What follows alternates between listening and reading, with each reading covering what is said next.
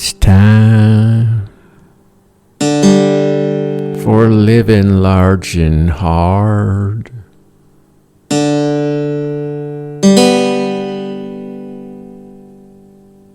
Hello. Hi there. How are you? I hope you're doing well. I hope you're doing fantastic. Because I'm doing okay. Anyway, this is the big wrap up for the big year of too much travel, which is what I'm calling the last year, which started in August of last year, 21, and now it's July of 22.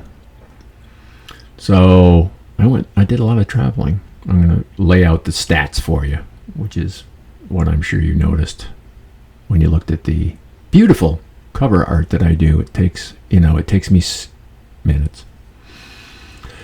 Anyway, welcome to Living Large and Hard. Glad you're here. I'm glad I'm here because I haven't been doing this a lot. Now, I'm in the Zing box. Zing box, you say? What happened to the Chai box? What happened to the Sky box? Well, if you would look at the Life Update podcast that I just did not too long ago. So it's not very far down the list. Just look, scroll a little bit. There it is. See it? It explains all that shit. I know my life is so confusing. How do you think I feel? Oh, by the way, during this year of too much travel, you don't know how many times I would wake up and have no fucking idea where I was. Because I was in Chicago for the year, a bit, and I was traveling here to Lansing, also known as Lansing. Apparently, I'm the only person that I looked on the internet. That thing that you're listening to me on, which has the answer to everything, but there was nothing about back in the early 80s when this town was tanking because the automobile industry went in the shitter. Because, the big three got cocky. And Japan said, fuck you, we'll take all your business. And they wanted to make this a cool place to live. So they started calling it, instead of Lansing, Lansing. Huh? Does that make you want to pack up from wherever you live? Come here to a place where the main industry's dying? Yeah, it didn't work here either. There's like 20,000 less people now than there was then living here. And man, it looks like it. Both from the amount of traffic and the way the housing stock looks. Forlorn. A lot of it quite forlorn. So here on the east side, with a lot of forlorn housing, right by Foster Park, historic Foster Park, as I explained, because people who went on to play professional basketball played there. Like Magic Johnson and the Vincent brothers. Isn't that something? Isn't that exciting? Yeah, who gives a fuck? Anyway, the year of too much travel started with the pandemic. And right when it started, airfare went right down to nothing. Problem was, the airlines cut their staffing to nothing. So canceled flight. I also ran into a lot of problems where I had to cancel my flight because, here in the United States, we got to a point that we were number one in the world as far as how many cases per 100,000. So I couldn't get into many countries, or I could only get in with a 10-day quarantine. So, what the fuck's the point? Going and sitting in an Airbnb for 10 days to go to a place where I only wanted to be there 2 days to look around. Stupid. So there was about a year of that, and then things started to actually open up, and I could actually start to travel in August. And this last trip that I took, most recently, it was the first trip with absolutely no COVID restrictions. Anywhere I went, no masking except on public transport in Germany. And I went 6 countries. One other one. Fuck, doesn't matter. And I didn't have to get a COVID test to come back to America, which was great, because that always was a challenge. It's kind of cool that I went to a mall in Estonia to get a COVID test to come back to America. Just from the aspect of Not something I ever thought I'd be doing. Going to a mall in Estonia especially. But those fucking COVID tests coming back blew. They were cheaper than here, much cheaper. When I would leave Chicago, there was a sweet spot where I could get free COVID tests in storefronts. That didn't last long. They all got shut down because apparently they weren't really doing any tests. But I didn't care. I had my piece of paper, so I could get into places. Lisbon was the main one, Portugal, because I went through Lisbon airport a lot. Just to go through the fucking airport, I had to have a COVID test. Yeah, so when that dried up, the freebies, then it was $110 fucking dollars to go through the airport in Lisbon because I had to get a COVID test at the airport in Chicago. Yeah, I didn't enjoy that. You know, you get a $300 or a $400 flight, and then you're paying $110 just to walk through a fucking airport, sit there 6 hours. You hear that? Yeah, that wasn't an enjoyable part of the situation. Here's something else. If you listen to my travel travails and shit trip, and I believe there's another one, there's 3 different ones about things that went wrong on my trips. This last one was something I did. I took the overnight boat, 16-hour boat ride from Stockholm to Helsinki because I had read that it was beautiful, and it was. It's one of the highlights of the year. My year of too much travel was taking that boat ride. So I'm at the terminal to get on the boat with my backpack all packed, and on my back, and no one's really in the terminal. And let me go into my Gmail folder, fucking finale, and look at my booking with Viking Line. Oh, it was for May.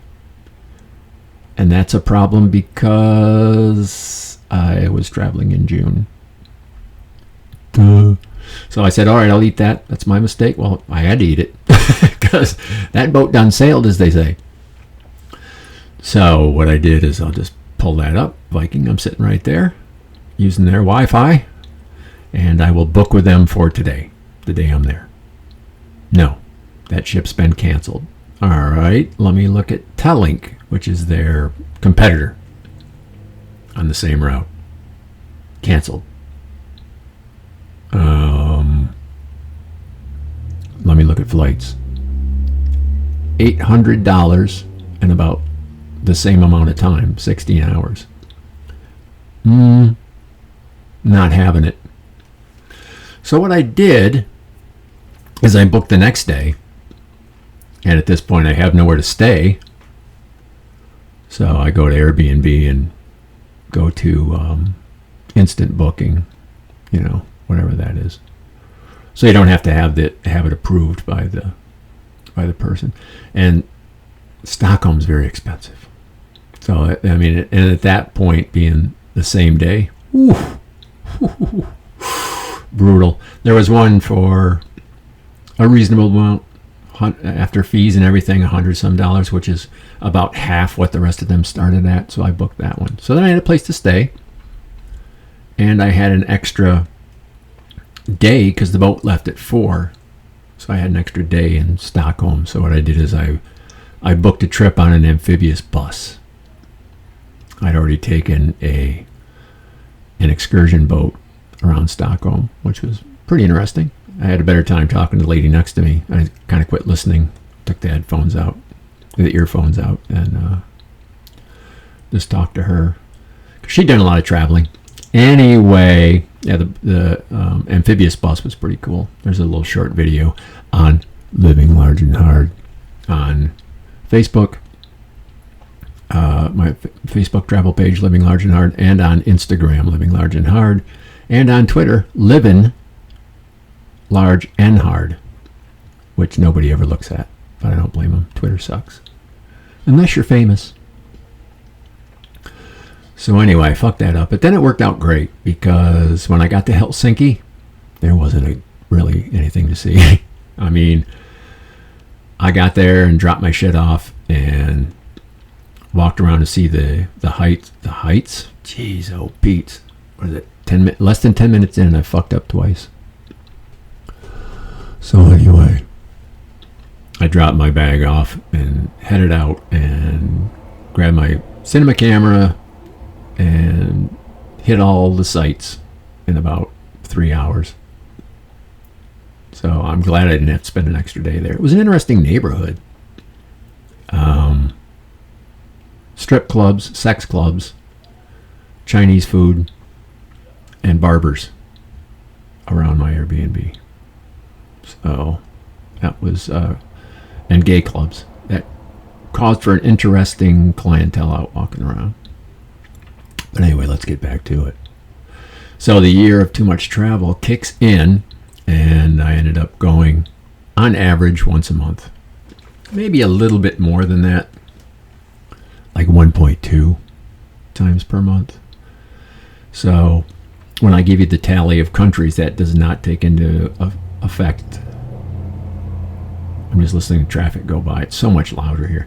It does not take into account the effect of going to Germany 3 times, going to Italy 3 times, and going to Spain twice. That does not move that total number. That meter stays only as counting one visit for all those. The one in Spain was one that I bought. The second one was off the coast of Africa, but it's Spanish territory. So, and that was one that I bought and didn't know where it was, but I bought it anyway. Bought the airfare because it was $313 round trip. So why not? I looked at how long the flight was, and I had an inkling it was in the Canary Islands, but I wasn't sure. And then I bought the airfare and looked it up, and it turned out to be a place I would think about going back again with a much smaller car. Jesus, the roads are in fantastic condition, super smooth, but super narrow, super twisty, up, down, sideways, and tons of cyclists. Hardcore cyclists, not people, trikes riding upright, 150 pounds overweight. Now you're talking real deal cyclists everywhere. So anyway, boy, I do tend to digress, don't I? Let's get to it. Let's get into these stats. So I've become a runner since this winter of 2021. Yes, the guy who said he would never run unless there was someone with a gun behind him. Well, I'll tell you what, try riding a bike in the winter. Not pussy riding, but really riding a bike. And it's just, you got to put on so much gear, and you still freeze because you're out there and it's 35 degrees and you're going 15, 18, 20 miles an hour. Yeah, you freeze. So I said, I'm going to start running.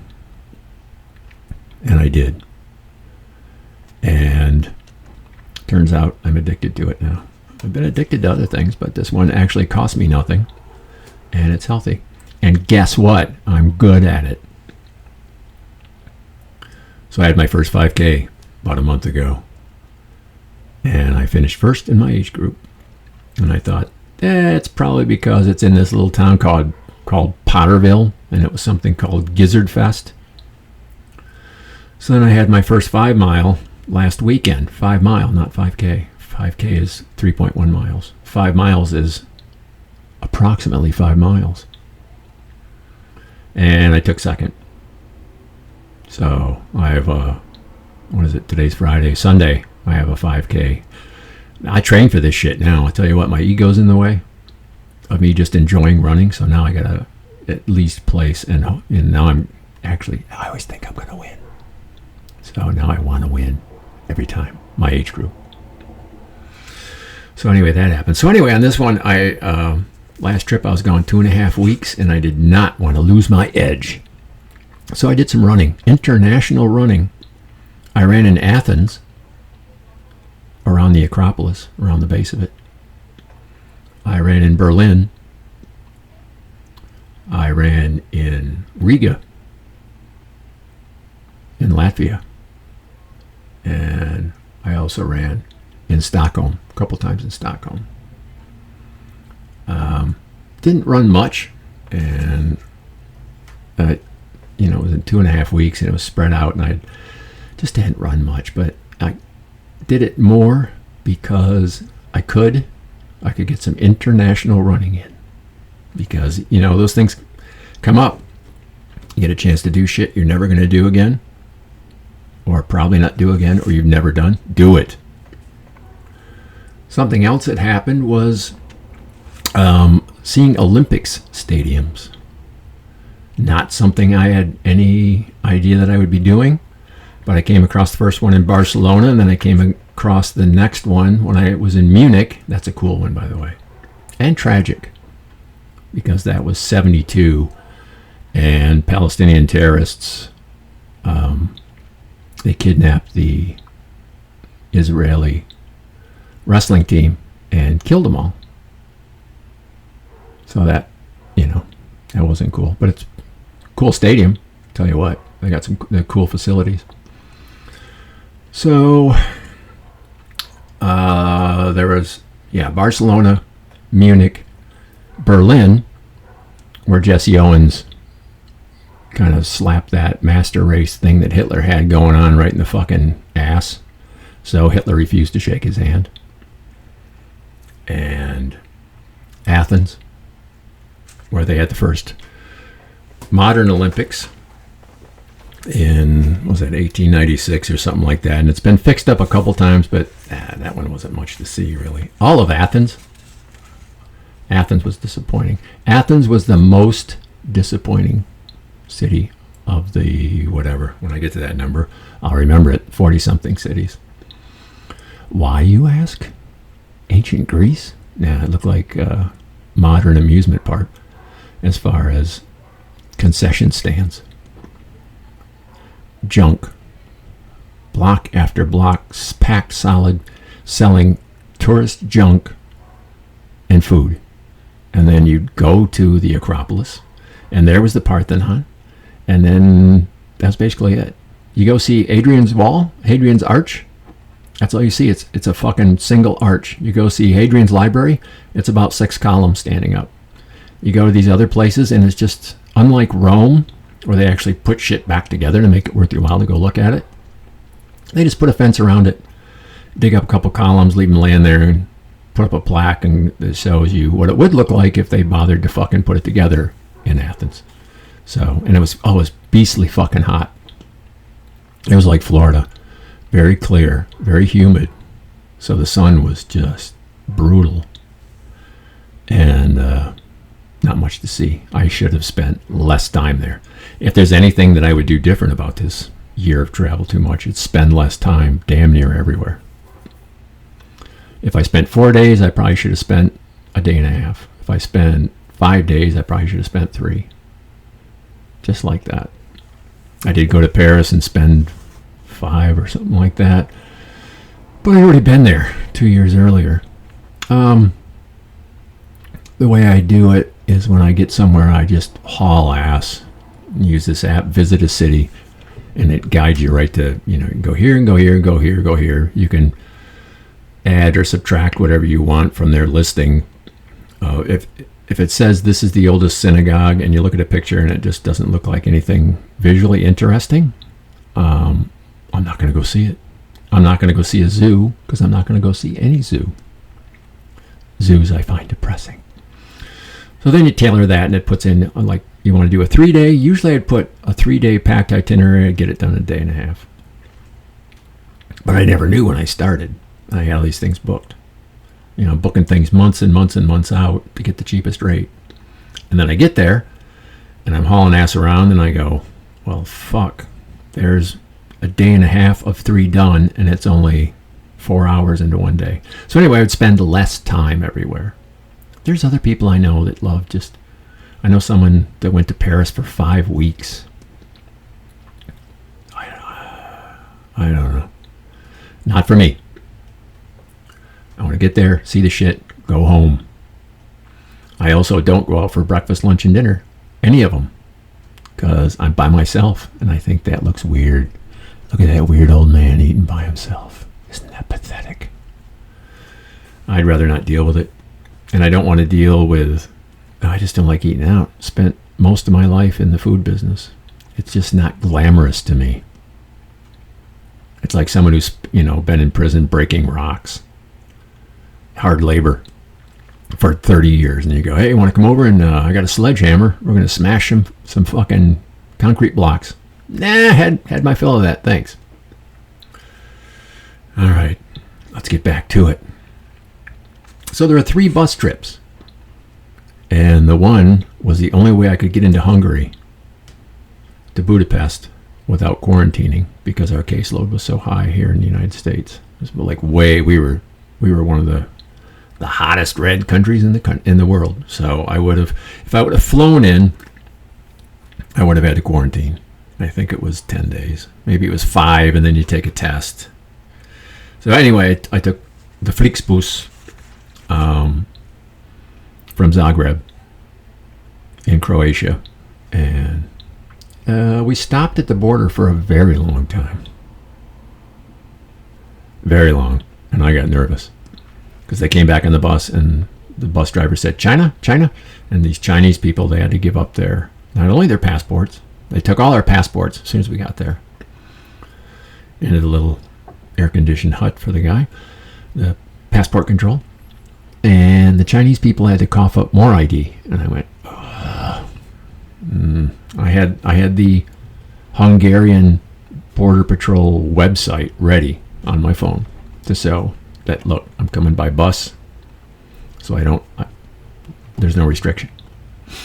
Anyway, so when he comes back and asks for China, and then the bus driver comes back and goes, opens the doors and goes, you guys can wander around, whatever he said in Croatian accented English. So that didn't make me any less nervous. But finally, we were on our way. They came out and they started passing the passports out by country alphabetically, and I was the only American. And I did have a very nice chat after that with a German woman, who was the first German woman I heard who said shit. And I heard another 2 how they said shit. Very precise. Very precise. So if you're talking to a German woman and you say shit, don't let it like shit. Don't be sloppy with it. Shit. So there was that. And I took the bus from Munich to Freising, which is closer to the airport than Munich, so I could leave early. But it turns out I had to leave early. I had to catch a 3:40. I had to get up at like 3:30 to catch the first bus to the airport for my 6 o'clock flight. But anyway, that was one way to Hungary, and then from Munich to Freising and back. So that was a total of 3 buses, 258 miles. No big deal. 27 trains. I might have missed a few, but I don't think so. So, 27 trains I was on, not counting subways and little regional, like from the airport to downtown. Sometimes there's a special train. Well, now I'm telling you because you probably don't know that. One of the biggest things with all this travel, it's just so many moving parts to figure out. And now it's just a relief into I don't know when I'll take another trip. I'm not saying I never will, but probably this winter, to get away from winter here in DeMitten, Michigan. But you land, and then you got to figure out, before you land, how you're going to get from the airport to downtown where the Airbnb is. And sometimes it's easy. Sometimes you just walk over there, bingo, hop on the metro, and take you there for nothing. Other times you got to go over there and out there and walk outside there, and it's not that way, it's back that way. Maybe, but I didn't see a sign, so it's over there, and then you go down there. Do they take contactless payment? Do you just use your credit card? No, you have to go to a machine, which may or may not work. And then you have to buy a special ticket to go from the airport to downtown. So like that shit it just gets old. You know what I mean? It just gets old. So 27 trains. The glory of international rail travel. Man, I'll tell you what. Sometimes you're clipping along at over 180 miles an hour. And it's just smooth and quiet. And nobody's ever playing music or Candy Crush on top volume. It's quiet, smooth. Can I say smooth again? Because I've ridden Amtrak a lot. Not quiet, not smooth. So the highlight of the train trips was going through the Alps from a city called Chur, C-H-U-R, which I would have called Chur if I didn't look it up and know better.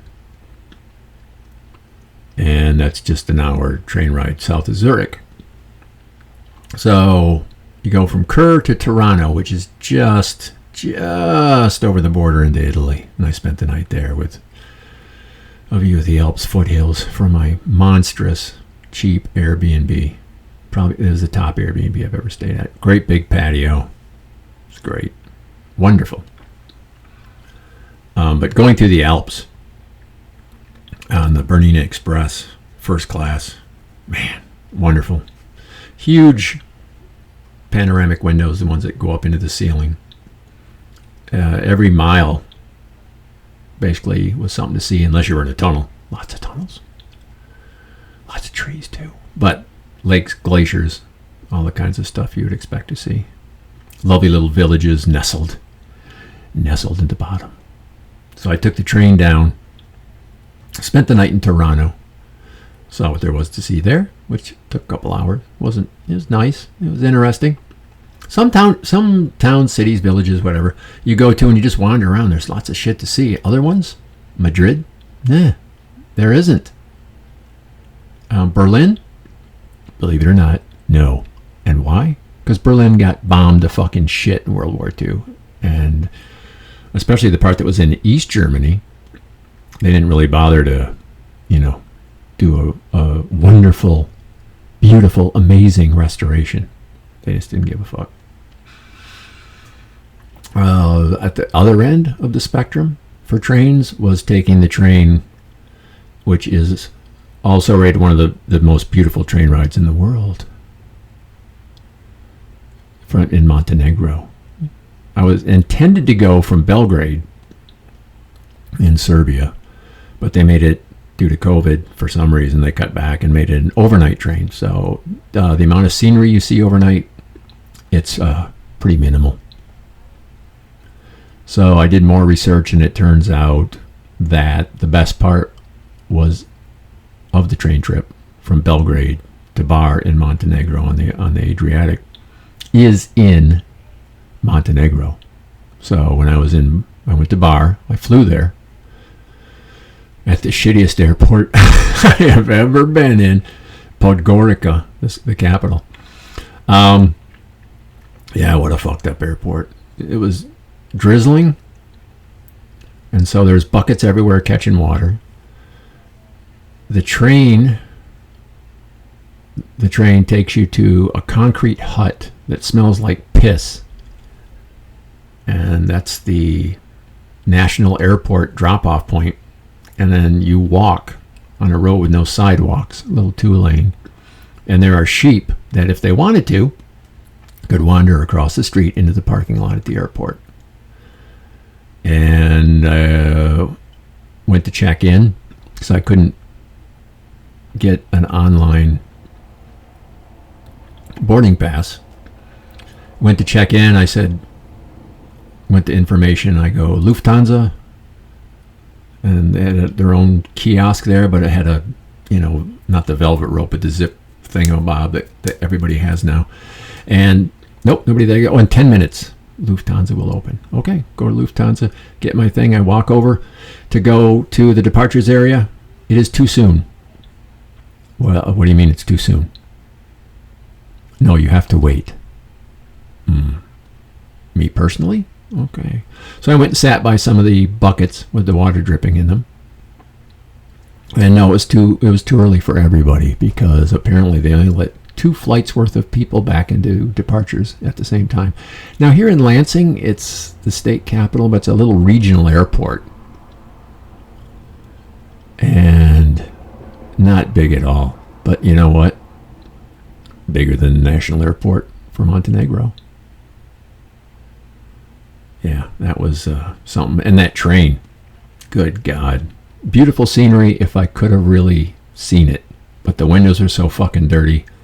Everything on the train was filthy. Absolutely filthy. People smoking on the train, even though they're not supposed to. They would just go in the hallway and stand at the window. You know how smokers like to do. Look, my cigarette tip is out 20% of the time, so I'm not smoking in here. Oh, thanks.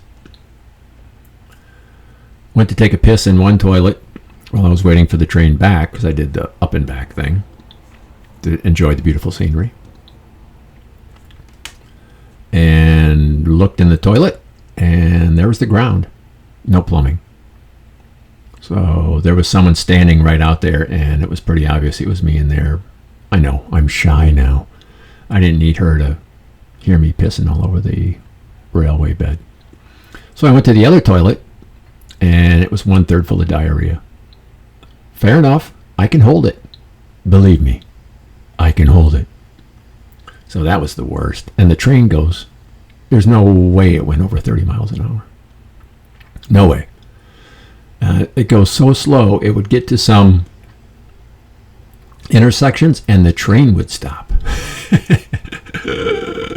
Not traffic, the train, until traffic stopped. So, and there's these little stations in the middle of fucking nowhere. On the side of a mountain, there'd be a station. And there'd be a person with a flag from the railroad and their big hat and their tie and shirt, and nobody get on, nobody get off.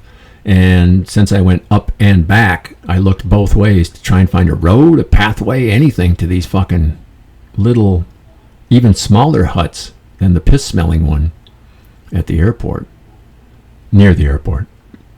And no, I didn't see any way to get to any of them. So you do like 20 miles an hour, stop for no one to get on, no one to get off. So 3.5 hours of that. But it was, the part you could see, because there's a zillion tunnels. Maybe not a zillion. A lot. So that was the worst of the trains. What do we got next here? Oh, boat excursions. I love me a boat excursion. I did a few of those. Copenhagen. The only time it rained on me in Copenhagen was when I took the boat excursion. And they were passing out. They had ponchos, and I took a poncho and sat on it, thinking that was the smart thing to do to keep my ass from getting wet. But all it turned into was a basin, a rainwater collection point to absolutely drench my balls and asshole. So that worked out pretty well. But it was, the trip was good. In Ljubljana, I love Ljubljana. A little city with lots to see. One of those places you can just wander around and it's just lots and lots of shit. So they had a little boat trip, and I thought I was seeing beavers, and then I looked and the tail wasn't right, and I said, I don't think they have muskrats here. Nutria. So somehow they got from South America to Ljubljana. So nutria swimming around. Riga in Latvia, nice boat trip through the canal, and then out into the harbor, and then back through a different canal. That was cool. Berlin. That was an interesting part of Berlin to see that from. It's always more interesting from the water. But Berlin, got to see some good shit. Got to see the highlights from the water that I pretty much already seen, not on the water. And Stockholm, I took two. I took a regular boat excursion, and then I also took the amphibious bus because I had the extra day. And let's move on. COVID tests. How many of you had? Hold on, I have a taste of my beverage. I'm not used to talking this much. And what am I drinking? You might wonder. It's my homemade ginger ale with a hint of habanero. Spicy deliciousness.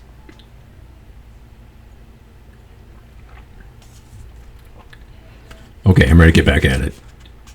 So I've had 23 COVID tests for travel alone.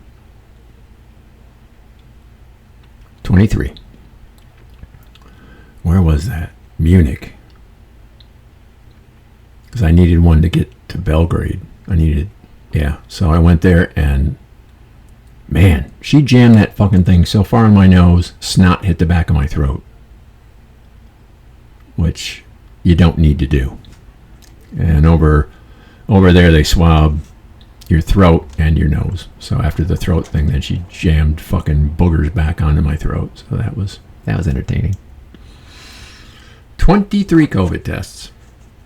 And I've had a few others just because I've been around the people who caught it and had it. So I probably had, let's say 26, 27 COVID tests. Extra security. Usually leaving Lisbon is when this one happened. You get pulled aside for some reason. I got pulled twice on that one. Then I had a couple others. And usually what they do, they might open your bag. Usually they check you for explosives. I don't know. I guess that's because of my explosive personality. Oh, on the train trips. Total was 2,900 miles. 2,900 miles, which is enough if you want in kilometers. Figure it out. So 2,900 miles, which is enough to go from New York to San Francisco. That was the total on that. Because I know he's like, wait. Told us how many. Told us how much on the bus and how many miles. How come they didn't tell us on the train? Because I fucking forgot. Cities. 43 different cities. 43. I already told you my least favorite. I'd say Vienna and Prague. Those things, they're what you expect a magnificent European city to look like. Plus in Prague I stayed on a houseboat. So how cool is that? Didn't sleep well. The bed was on the upper floor. So there was a bit of rocking going on. But those two are great. Ljubljana's great. Zagreb in Croatia. And turns out Riga and Sofia, these little cities. And all the Baltic cities. I went to Tallinn in Estonia, which was okay. That was one where I had like an extra day. Riga was really good. That's the big boy in the Baltics, not the Balkans. Been there too though, and Vilnius in Lithuania. That was just my first stop in a place that was foreign. So that was, but it's interesting. A lot of shit to see. Churches. God damn, I've seen more churches than the Pope, and I am not kidding. So 43 cities. And 24 countries. That's right, 24 countries. 2 of them I've been to 3 times. 1 I've been to twice. And that's all since August through June into the very beginning of July. I got back July 2nd, I believe. Maybe the 3rd. I don't know. Time's irrelevant. I'm retired. So, grand total of 57 flights. Probably 10-ish domestic flights during that year as well. Going from hither and yon. So you're talking, let's just say 65 flights total. Yeah, like a lifetime of flying in less than a year. But 57 international flights. And all kinds of airlines, man. The shortest flight was 20 minutes. 20 minutes. Anytime you land at O'Hare, there's no fucking way you're getting to the gate in less than 20 minutes. So you go to O'Hare, you taxi 20 minutes. This was a flight from Tallinn to Helsinki. And it was just up and cabin crew prepare for descent. Right back down. Longest was like 9. I can do 9 standing on my head now. I saw so many movies. So many movies. Because I watched movies on the way back. On the way out, I would take a buttload of prescription sleep medicine and try and, fitfully get 5 or 6 hours in, which usually worked. And then I would not have jet lag either way. On the way back, I would ordinarily stay up 26, 27 hours and then sleep 5 or 6 hours and then be up, the usual 16. It'd be all good. So 57 flights, 106,000 miles plus a couple. So over 106,000 miles, which is 4.25 times around the world. Yeah, wrap your head around that, wrapping a plane around the world. How about that? So that's the wrap up. Am I happy I did it? Here's what I like to tell people. I'm not the kind of guy that gets happy. I'm the kind that likes to get not unhappy. It was a once in a lifetime opportunity. If this monkeypox thing gets nuts, oh my God, it's not going to happen. So it was a once in a lifetime thing. Airfares, you adjust them for inflation. Airfares have never, ever, ever been that fucking low. It's just not going to happen. So I took advantage of it when I could, took advantage of the fact that I could retire, and did that and put the two together. Boom! 24 countries, 43 sitters international, 106,000 plus miles. 4.25 times around the world. Endless memories when I look at my Instagram. By the way, if you want to scroll back quickly, I don't do it like normal people do, Insta or Facebook. I don't stack 10 pictures into one link, because if you don't like the first one, you're not going to look at the other 9, and you might find something you like at 7 and 8. And I also just don't do pictures of my food, because I bought a sandwich at the corner store. Not interesting, and sometimes not edible. So what you're going to get is art, cars, interesting old cars, street art, lots of street art, graffiti, weird signs, and beautiful churches, beautiful buildings, and everything in between. Signs with dogs taking a shit on them. Not dogs taking a shit on the sign, but on the sign is a picture of a dog taking a shit. Things like that, and who knows what else. Well, you will if you look at it. So this has been Living Large and Hard, the big year of travel too much wrap up. And thanks for listening. If you're listening to this on SoundCloud and you don't like SoundCloud, or you don't have SoundCloud, then look at whatever you do listen to, and chances are I'm there. And if I'm not, you let me know, God damn it, and I will fucking fix that. Just for you. Because I love you. Whoever you are. Thanks again. And I'll see you out there. Bye-bye now. Thank you for having nothing better to do than waste your time with me here at Living Large and Hard. And now back to your quotidian existence.